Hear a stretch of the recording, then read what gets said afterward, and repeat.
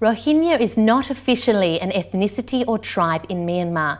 And in the wake of this year's violence, the European Union is calling on the Myanmar government to grant citizenship to the Rohingyas who have been living in the country for generations.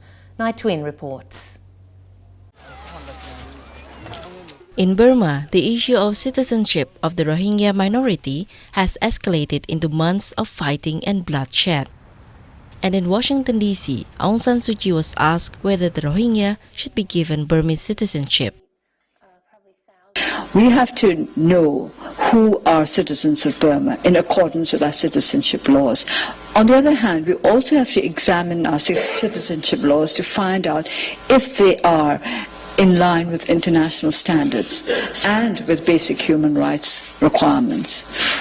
According to Suu Kyi, the question of a Rohingya citizenship escalated because the law was not observed. She says it started with a crime and the laws failed to deal with crime correctly. The latest violence erupted in June after a Rakhine woman was raped and murdered by a group of Muslim men. The following revenge killings escalated into communal conflict that left nearly 90 people dead and thousands homeless. Human rights organizations blame Burma for discriminatory responses by security forces against Muslims. In July, President Thwin suggested that Burma should hand over all Rohingya people to any country willing to take them. These monks agreed, and they took to the streets in Rangoon and Mandalay to show their support for the president. This was the biggest monk-led protest since the Saffron Revolution.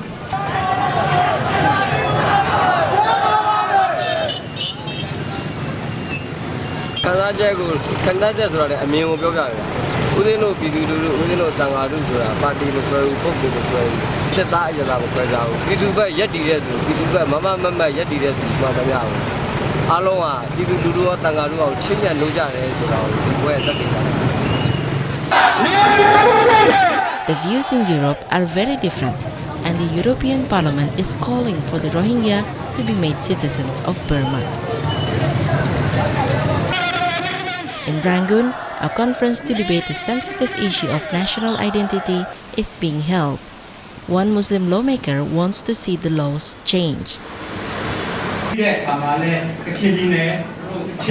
1982 citizenship law racismကိုဥတည်နေတာကိုကျွန်တော်တို့တွေ့ရှိပါတယ် national identity ကိုအခြေခံပေါ်တဲ့အဟန့်အတားတစ်ခုဖြစ်နေတယ်ဆိုတာကိုလည်းကျွန်တော်တို့လေ့လာတွေ့ရှိနိုင်ပါတယ်အဲ့တော့1982 citizenship law ကိုကျွန်တော်တို့ပြင်ဆင်ဖို့တော့လိုပါတယ် According to the law, only descendants of people living in Burma before 1823 are considered Burmese.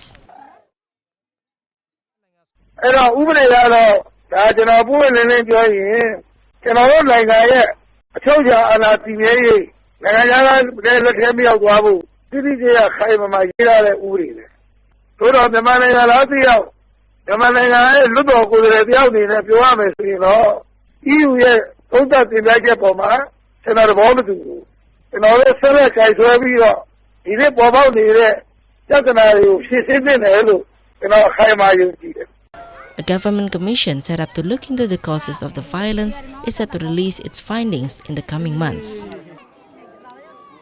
The government, international community have responsibility to protect firstly the Rohingyas, and Burmese government should have a willing to reconcile two communities to provide, the Rohingyas ethnic rights and citizenship rights. There are others who remain optimistic that the crisis will end.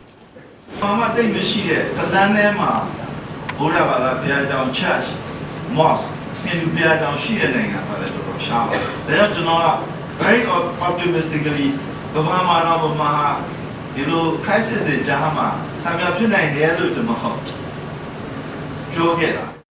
The United Nations estimates that 800,000 Rohingya live in Burma. The nation's population is 60 million. Rohingyas are viewed by the state as illegal immigrants from Bangladesh, but Bangladesh denies this claim, leaving the Rohingyas stateless.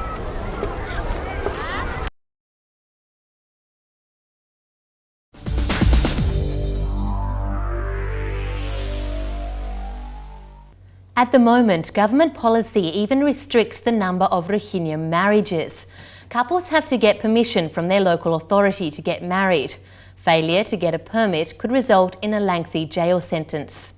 Banyan Konjanoi travelled to a Rohingya community in the northern part of the Rakhine state. 25-year-old Joy Oo is taking me to a safe place so we can talk. He doesn't want to use his real name or show his face. He wants to marry his girlfriend, but because he's a Rohingya, it's not a simple thing.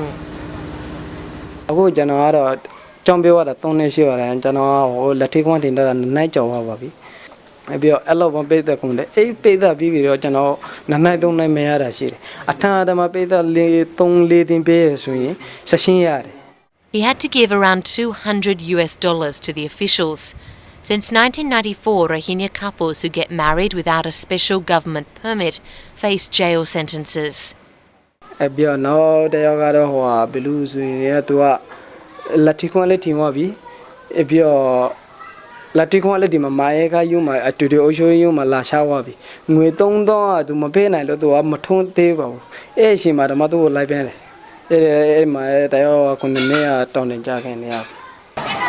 Chris Lua from the NGO Rakhine project explains why the government introduced the restrictions on marriage.